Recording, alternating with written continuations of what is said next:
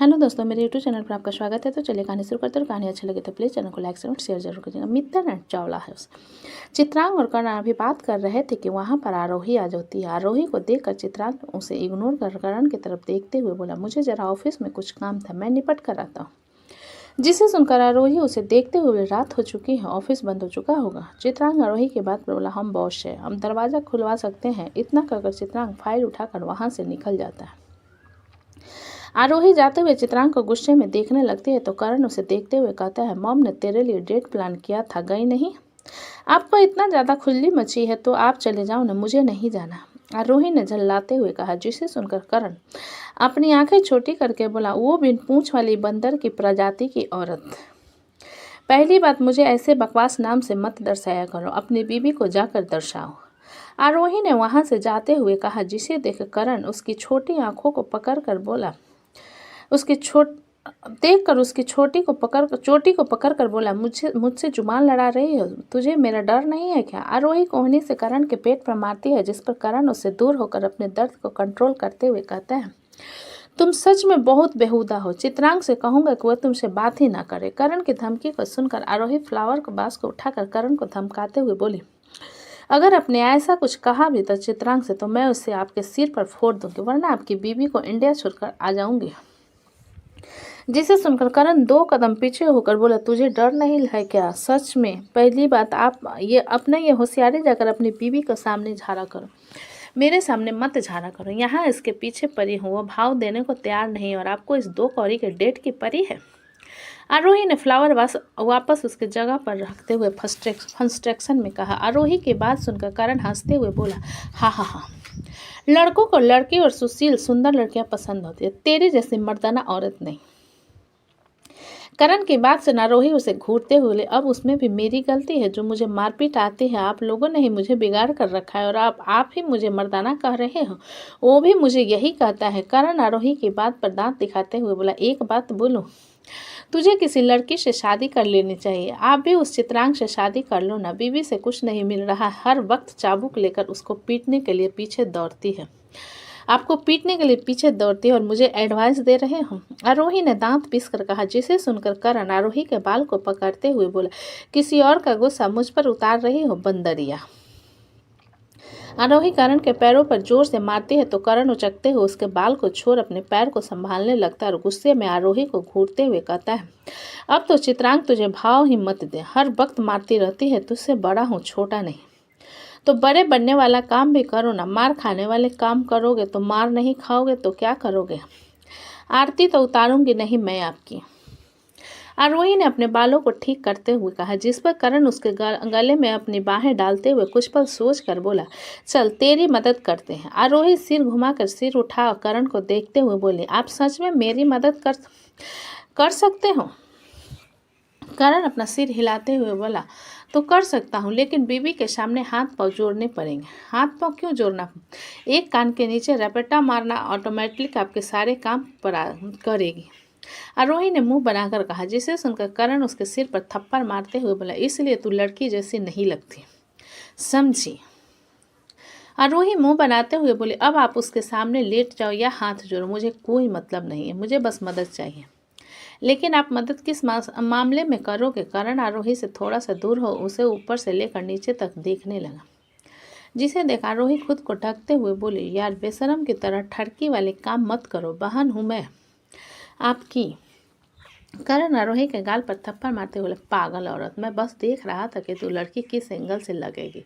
क्यों, आप बहुत बड़े फैशन डिजाइनर बन गए क्या, जो लड़की को और लड़की वाला बनाने वाला काम करोगे? आरोही ने गाल को सहलाते हुए कहा। जिसे सुनकर करण 2 मिनट अपना दिमाग चलाने के बाद बोला, तू जा अपने कमरे में, मैं अपनी बीबी को भेज रहा हूँ। इतना कहकर करण खुद अपने कमरे की तरफ चला जाता है। आरोही उसे जाता हुआ देखने के बाद खुद से बोली, अब ये बीबी से झगड़ा करेगा या खुद झगड़ा होकर आएगा? इतना सोचते हुए आरोही मुंह बनाकर अपने कमरे की तरफ चली जाती है। इधर करण अपने कमरे में पहुंचता है तो देखता है नित्या सोने के लिए रेडी हो रही थी। करण इधर उधर भंवरे की तरह घूमते हुए नित्या के सामने आकर खड़ा हो जाता है तो नित्या उसे देखती हुई कहती है, क्या हुआ? करण नित्या को घूरते हुए बोला, जरा तमीज से बात किया करो, ठीक है ना? नित्या खिसियानी मुस्कान के साथ करण को देखते हुए बोली, पतिदेव आपको कोई काम था मुझसे? करण अपनी मुंडी 2 बार हिलाकर बोला, हाँ मुझे काम नहीं था, मेरी बहन को काम था। सॉरी, मेरा मन नहीं है आपकी उस घमंडी बहन के लिए कुछ भी करने का। नित्या ने करण की बात पर सीधा ना करते हुए कहा, जिसे सुनकर करण नित्या को घूरते हुए बोला, क्यों तुम खुद को बहुत बड़ी ब्यूटिशियन समझती हो? लेकिन मैंने अभी कुछ कहा है। आप खुद पागल जैसी बात कर रहे हो। नित्या ने करण को साइड करते हुए कहा, जिसे देख करण नित्या के हाथ को पकड़कर बोला, मेरी बहन चित्रांग को पसंद करती है तो इसमें मैं क्या करूं? नित्या ने अजीब नज़रों से करण को देखते हुए कहा, जिस पर करण नित्या को घूरते हुए बोला, तुम्हें उसका मेकओवर करना है, उसे लड़की जैसा बनाना है। ये आदत तो लड़कियों में नेचुरल होती है ना, तुम्हारी बहन के पास भी है तो इसमें मैं क्या कर सकती हूँ? नित्या ने करण के हाथ से अपने हाथ को छुड़ाते हुए कहा, जिसे सुनकर करण अपना सिर नहीं में हिलाकर बोला, उसे मार धार के अलावा और कुछ नहीं आता। गलती तुम्हारी हो जो तुमने अपनी बहन को ऐसा बना कर रखा है, तो मैं इसमें मैं क्या कर सकती हूँ? मतलब ये तो ऐसा हो गया ना, औलाद बिगड़ा हुआ हो और पत्नी जाकर उसे संभाले, ये तो गलत है ना। नित्या ने करण को कटाक्ष करते हुए कहा, जिसे सुनकर करण अपने दांत किटकिटाते हुए, तुम्हें लगता है कि मैं बिगड़ा हुआ हूँ? नित्या अपनी गर्दन नहीं में हिलाते हुए जाकर बिस्तर पर लेट जाती है और ब्लैंकेट ओढ़ने के लिए खींचती है तो करण ब्लैंकेट को खींचते हुए कहता है, तुम्हें मदद करनी होगी। नित्या फ्रस्ट्रेशन में उठकर बैठते हुए, रात को तमाशा मुझे बिल्कुल पसंद नहीं। यह सुनकर करण शरारती मुस्कान के साथ बोला, सारे तमाशे रात को होते हैं, मैं एक और तमाशा कर सकती हूँ। कल की हेडलाइन में चमक सकता है कि करण चावला किसी ने की दरिंदगी से खून लाश है लापता। क्या कहते हो इस बारे में? नित्या ने धमकाते हुए कहा। नित्या के बात पर करण फुल कॉन्फिडेंस के साथ बोला, तुम एक बार मुंह खोल कर तो देखो, मुंह तोड़ दूंगा तुम्हारा। बड़ी आई मेरा खून करने वाले। तुम्हारी तो नज़र पहले से ही मेरी जायदाद पर तुम्हारी आंखों में दिखता लालची औरत। जिसे सुनकर नित्या व्यंग भरी मुस्कान के साथ बोले, देखो तो जरा, भिखारी की तरह कौन मेरे जायदाद के पीछे पड़ा है और मुझे भिखारी और लालची कह रहा है? करण अपने दिमाग को झटकाते हुए बोला, यार मेरा दिमाग खराब मत करो, मुझे मदद की ज़रूरी है, तुम इधर का उधर बात मत करो। मैं मदद नहीं करूँगी, जो उखाड़ना है उखाड़ लो। नित्या ने सीधा सा जवाब दिया, जिसे सुन करण एक गहरी सांस भर नित्या को अपनी गोद में उठा लेता है तो नित्या उतारने की कोशिश करते हुए कहती है, करण मैं बता रहा हूँ, मेरा दिमाग मत खराब करो वरना मैं मार दूँगी तुम्हें। करण तेज कदमों से कमरे से बाहर जाते हुए बोला, हो बाद में मार लेना, फिलहाल मेरी बहन को तुम्हारी ज़रूरत है। जिसे देखकर नित्या इरिटेट होकर बोली, जब से इस पागल खाने में आई हूँ सबने मुझे पागल बनाकर रखा है। तुम्हारी पागल बहन और पागल तुम, तुम्हारी माँ बस सही सलामत है और किसी दिन तुम पागलों के साथ रहकर वो भी पागल हो जाएगी। करण नित्या की बात पर उसे धमकाते हुए बोला, अभी गोद में हो, उठाकर पटक दूंगा, कमर टूट जाएगी, बता रहा हूँ, दिमाग मत खराब करो। ये कहते हुए करण नित्या को आरोही के कमरे के पास ला चुका था। नित्या एक नज़र कमरे को देखने के बाद करण को घूरते हुए बोली, अब उतारोगे या सीधा बेड तक ले जाने का इरादा है? वो तो है, लेकिन तुम ले जाने नहीं देती तो क्या कर सकते हो? फिलहाल के लिए मेरी बहन को रेडी कर दो। करण ने आंखें टिमटिमाते हुए कहा, जिसे देखकर नित्या अपने मुंह पर हाथ रखते हुए, मैं मजाक नहीं कर रही हूँ, तुम्हें ऐसे देखकर मुझे सच में उल्टी करने का मन करता है। करण नित्या को घूरने के बाद उसे लाकर आरोही के बिस्तर पर पटक देता है। आरोही जो कि कॉफ़ी टेबल पर बैठी टेबल लैपटॉप में उंगलियां चला रही थी, अजीब नज़रों से करण को देखते हुए बोली, यार अगर आपको कुछ वाइल्डनेस टाइप करना है तो अपने कमरे में जाओ ना, मेरे कमरे में ये सब क्यों कर रहे हो? करण आरोही के बात पर अपने दांत पीसते हुए बोला, तुझे नज़र नहीं आ रहा है, मेरी बीवी को ज़बरदस्ती लेकर आया हूँ तुझे रेडी करने के लिए। नित्या उठकर बैठ अपने नाइट ड्रेस को ठीक करते हुए आरोही को देखकर बोली, डेट पर जा रही हो या फिर सुहाग रात मनाने के लिए जा रही हो? जिसे सुनकर आरोही करण की तरफ देखकर बोली, अपनी बीवी को उठाकर अपने साथ लेकर दफ़ा हो जाओ, मुझे नहीं चाहिए इसकी मदद, ये गंदी गंदी बातें करती हैं यार। जिसे सुनकर करण आरोही को समझाते हुए बोला, बहन भाभी और ननद के बीच में थोड़ी बहुत नोक-झोंक होती रहती है, तू ज़्यादा होशियारी मत झाड़ना। ये सुनकर आरोही एक नज़र नित्या को देखने के बाद मुंह बनाते हुए बोली, मुझे नहीं चाहिए यार इसकी मदद, ये गंदी तरीके से घूरती है मुझे। आरोही की बात पर करण नित्या को देखते हुए बोला, तुम मेरी बहन को क्यों घूर रही हो? नित्या अजीब नज़रों से उन दोनों को देखते हुए बोली, मैंने इससे भी ज़्यादा सुंदर लड़कियां देखी हैं, उन्हें नहीं घूरा मैंने। इस लड़की कम मर्द ज़्यादा लड़के को देखोगी। आरोही रोने जैसा चेहरा बनाकर करण की तरफ देखकर बोली, देखो आपकी बीवी भी वही कह रही है। करण आरोही की आंखों को दिखाने के बाद नित्या को घूर कर बोला, तुम्हें जो करने के लिए लेकर आया हूँ वो करो ना। नित्या बिस्तर से उतरते हुए वहां से जाने लगी, जिस पर करण उसके हाथ को पकड़ कर बोला, प्लीज़ कर दो। नित्या हल्का सा मुस्कुराहट करण से हाथ छुड़ा कर बोली, अब लड़की जैसे कुछ कपड़े तो लाने होंगे ना, जो कि तुम्हारी बहन के पास तो है नहीं, वही लेने जा रही हूँ, चलो मेरी मदद करो। करण नित्या के बात पर चमकती आंखों से उसे देखते हुए अपना सिर हिला देता है और उसके पीछे पीछे कमरे की तरफ चला आता है। नित्या कुछ ड्रेसेस जिन्हें उसने इस्तेमाल नहीं किए थे निकाल लेती है और मेकअप के सारे सामान लेकर आरोही के कमरे में आ जाती है। करण नित्या के पीछे पीछे कमरे में आ जाता है तो नित्या हेयर कलर करण की तरफ उछाल कर कहती है, इसे कटोरी में डाल कर लाओ, तुम्हारे बहन के बालों में लगाना है। आरोही कलर को देखते हुए बोली, ये तो लिक्विड ब्लैक कलर है ना। नित्या अपना सिर हिलाते हुए बोली, हो, तुम्हारे घोंसले जैसे बालों को खूबसूरत बनाने के लिए। जिसे सुनकर आरोही करण की तरफ देखते हुए बोली, आपकी बीवी मेरी बेइज्जती कर रही है, अगर तुझे चित्रांग को पटाना है तो थोड़ा बहुत तो ये सब बर्दाश्त कर ले, वरना मैं इसे भी लेकर चला जाऊंगा और तेरी मदद भी नहीं करूंगा। करण ने धमकी दी, जिस पर आरोही मुंह बनाते हुए चुपचाप बैठ जाती है। करण कुछ देर में उसे लिक्विड को मिक्स करके ले आता है तो देखता है आरोही के चेहरे पर फेशियल मास्क लगे हुए थे।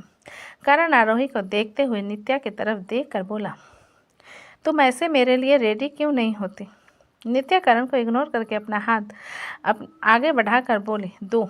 करण अपने हाथ में पकड़ी कटोरी नित्या के हाथ में देकर बोला, अरे मैंने पूछा उसका जवाब दो। नित्या आरोही की तरफ इशारा करते हुए बोली, ये अपने बंदे को पटाने के लिए रेडी हो रही है और मेरे पास तो ऑलरेडी हस्बैंड है, उसे पटाने की जरूरत नहीं है। अगर मैं बदसूरत रहूंगी तो भी उसे मेरे साथ ही रहना है, इसलिए मैं रेडी नहीं होती।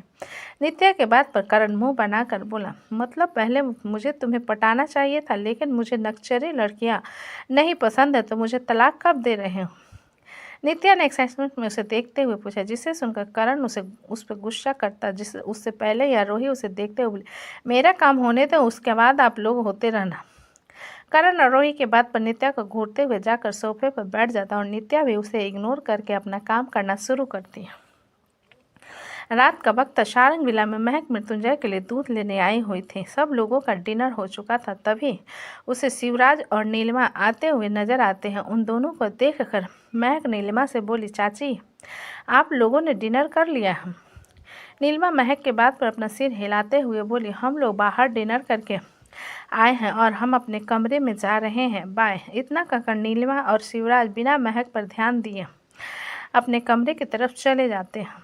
महक उन्हें जाता हुआ देखकर खुद से बोली, मुझे बताना था वैदिक बीमार था। इतना सोचते हुए महक ट्रे में 3 दूध का गिलास लेकर कमरे में पहुंचती है तो देखती है मृत्युंजय किसी गहरी सोच में खोया हुआ था। महक दूध का गिलास लाकर कॉफ़ी टेबल पर रखते हुए मृत्युंजय से बोले, आप दूध खत्म कीजिए, तब तक मैं वैदिक को देखकर आती हूँ। मृत्युंजय महक के बात पर अपना सिर हिला देता है तो महक अपने कमरे से निकल वैदिक के कमरे में आ जाती है। महक वैदिक के कमरे में आती है तो देखती है शिवांश वैदिक के साथ बिस्तर पर लेटा उसके सिर को थपथपा रहा था। महक अंदर जाकर ट्रे टेबल पर रखकर वैदिक के पास आकर उसके माथे को छूते हुए बोला, आप ठीक हो। वैदिक महक के बात पर अपना सिर हिलाते हुए बोला, मैं ठीक हूँ भाभी। शिवांश थर्मामीटर महक को देते हुए बोला, आंटी बुखार चेक कर लो। मैंने कुछ देर पहले किया था तो नॉर्मल था, लेकिन ये कांप रहा है। जिसे सुनकर महक अपना सिर हिला वार्डरोब से एक ब्लैंकेट लाकर वैदिक को कवर कर देती है और शिवांश की तरफ देखते हुए कहती है, शिव आप जाकर सो जाओ, मैं वैदिक के साथ हूँ। शिवांश और वैदिक का कमरा एक था। जब से शिवांश वहां रह रहा था, वैदिक के कमरे में 2 बेड रख दिए गए थे और वैदिक को भी इससे भी कोई एतराज नहीं था।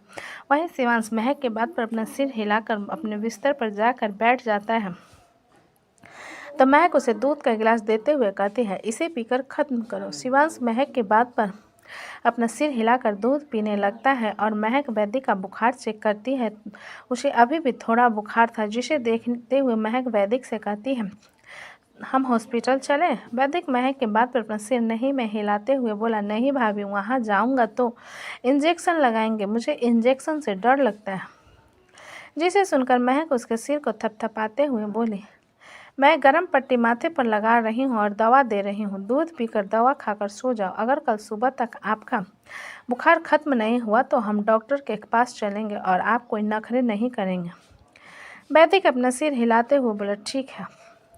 महक वैदिक की बात पर उसे दवा देती है और दूध के साथ वैदिक उसे खा लेता है। फिर बिस्तर पर लेट जाता है। महक उसके माथे पर ठंडा कपड़े की पट्टी करने लगती है। उस काफ़ी देर बाद मृत्युंजय महक को देखने के लिए आता है तो देखता है महक वैदिक की पट्टी बड़े ध्यान से कर रही थी। जिसे देखकर मृत्युंजय महक के पास आकर बोला, महक, उसकी पट्टी मैं कर देता हूँ, तुम जाकर अभी को देखो ना, वो उठ गया है और रो रहा है। महक मृत्युंजय की बात सुनकर अपना सिर हिलाते हुए बोली, अच्छे से करना, मैं उसे सुला कर आती हूँ।